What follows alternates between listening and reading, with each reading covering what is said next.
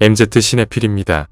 이번에는 한국에선 개봉조차 못하고 넷플릭스에서 풀릴 정도로 외면받았지만 세계적으론 흥행에 성공한 데다 영화 역사상 지울 수 없는 기록을 남긴 영화에 대해 소개해보겠습니다. 고질라 -1입니다.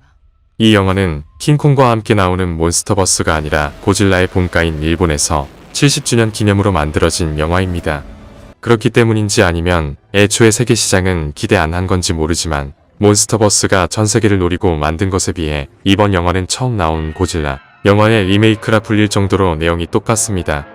즉 몬스터버스 영화들과 달리 고질라 -1은 철저히 내수용으로 만들어진 영화였죠. 하지만 이 영화가 개봉하자 세상의 반응이 심상치 않았습니다. 일본에서 흥행을 한 거는 그러려니 했습니다.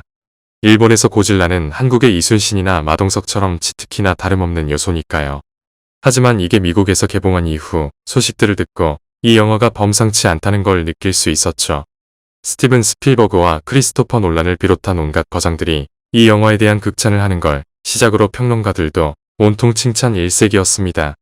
심지어 흥행도 대단했는데 중국에서 개봉을 하지 못했음에도 불구하고 1억 달러 이상의 수입을 냈습니다. 이 중 반은 미국에서의 수입입니다. 이렇게 흥행과 비평을 전부 다 잡더니 급기야 제96회 아카데미 시상식에서 시각효과상을 수상하기에 이르렀죠. 이때 후보들도 만만치 않은 시각적 쾌감을 준 걸 감안하면 이는 엄청난 일입니다. 아카데미 시상식에서의 수상을 알게 되자 저는 이 영화가 너무나도 궁금해졌습니다. 하지만 당시 한국에선 개봉할 가능성이 거의 없다고 여겨졌는데 첫 번째로는 우리나라가 괴수물에 대해선 그다지 흥행이 안 된다는 겁니다. 몬스터버스에서 4억 달러 넘는 흥행을 한 고질라 X 콩 뉴 엠파이어의 국내 관객 수는 고작 51만 명 정도였으니까요.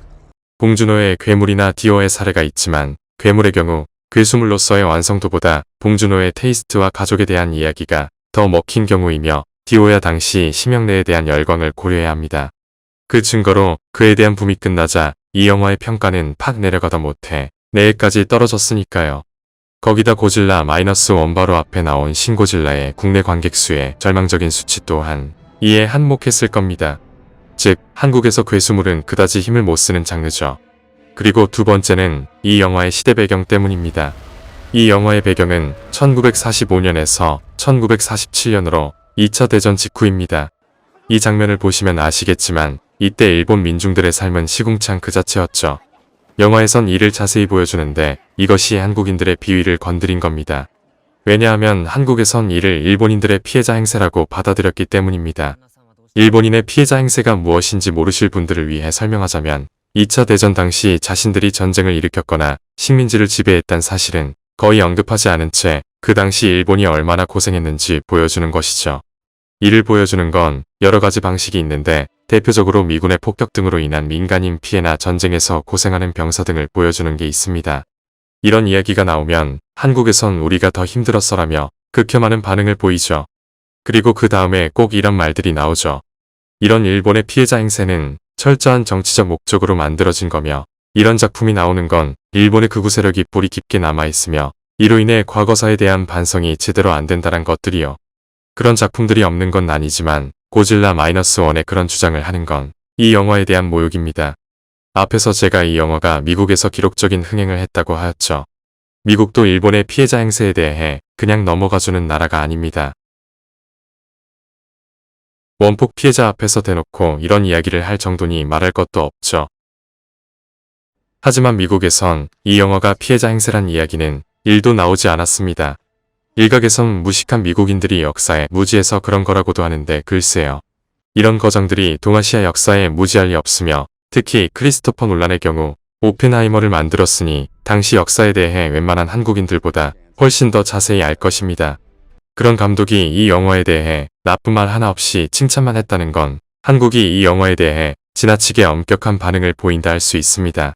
일례로 당시 일본 군부의 폭주에 대해 묘사한 애니메이션인 반딧불의 묘는 전 세계적으로 엄청난 호평을 들었지만 한국에서만 비난을 들었으며 어떤 사람은 주인공 남매가 죽는 걸 보며 박수를 쳤다는 이야기가 전해집니다. 즉, 이 시절을 평하는 데 있어서 한국은 객관성이 결여된다고 할 수 있으며 그런 이유로 이 영화에 대한 한국의 평은 부당하다고 생각합니다. 이게 이런 평을 듣는 또 다른 이유 중 하나가 주인공 시키시마 코이치 때문인데 그가 전쟁 중에 맡은 임무는 카미카제입니다. 모르시는 분이 있을까봐 설명드리자면 카미카제란 자살 돌격대로서 일본이 패망 직전 지도부가 얼마나 현실 감각을 잃었는지 보여주는 대표적인 사례 중 하나로 손꼽히죠. 이들 중 태반이 강압에 의한 출격이며 막상 목숨을 버려도 상대편에 그다지 데미지를 주지 못한 비효율적인 전법으로 맥나더는 이 작전에 대해 듣고 이런 말을 할 정도였죠. 하지만 극우 세력은 이들에 대해 조국을 위해 목숨을 초계처럼 버린 숭고한 젊은이들이라고 주장하죠. 이에 대해 조금이나마 역사를 아는 일본인은 물론 카미카제 대원 중 생존한 사람들마저 화를 낼 정도니 한국은 오죽하겠습니까?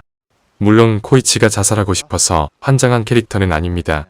첫 등장부터가 카미카제 하러 갔다가 무서워서 도망치는 거니까요.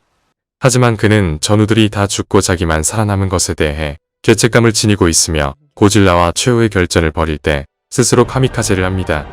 한국에선 이를 극우 세력이 말하는 카미카제 미화로 받아들이고 크게 비판했는데 실상을 보면 극우에서 주장하는 카미카제와는 거리가 멉니다. 이때 상황을 설명하자면 전 세계가 일본을 도와주지 않던 상황, 정부 역시 고질라의 긴자 습격으로 반쯤 초토화되었습니다. 그래서 민간인들이 자력으로 고질라를 퇴치하기로 하죠. 노다라는 박사는 급격한 수압 변화를 이용하자는 작전안을 내고 이는 성공 직전까지 갑니다.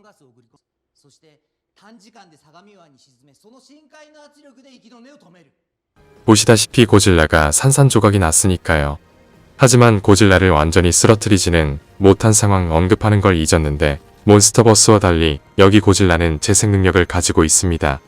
육체를 다시 재생하는 고질라를 보며 사람들은 작전 실패를 예감합니다. 그 순간 코이치가 비행기로 피니쉬를 날린 겁니다.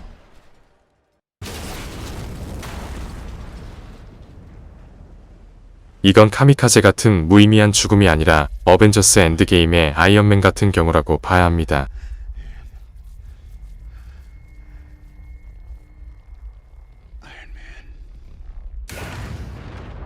이것도 비판할 거면 아이언맨은 물론 이와 비슷한 수없는 작품들도 비판해야 하죠. 심지어 이 주인공은 살기까지 합니다. 왜냐하면 정비사가 죽지 말라며 비행기에 탈출 장치를 설치했거든요. 이걸 보면 오히려 카미카제 찬양이 아니라 이러한 자기희생 클리셰에 대한 비판으로 해석될 여지가 큽니다. 그리고 이게 극우적 메시지를 품으려면 고질라를 쓰러뜨리는 주체가 일본 군대여야 하는데 아까도 말했듯 고질라를 무찌른 주체는 민간인 연합입니다. 이런 요소들을 종합해보면 이 영화는 극우적 메시지가 아니라 인간 창가가 주제인 영화이며 미국에서는 이를 알았기에 2차 대전 당시 적군이었음에도 이 영화에 대해 극찬을 한 것입니다. 해방 이후 80년이 흘렀습니다. 10년이면 강산도 변한다는데 우리도 이 일에 대해 좀 다른 반응을 보일 때가 되었다고 생각합니다. 이번 영상은 여기까지입니다.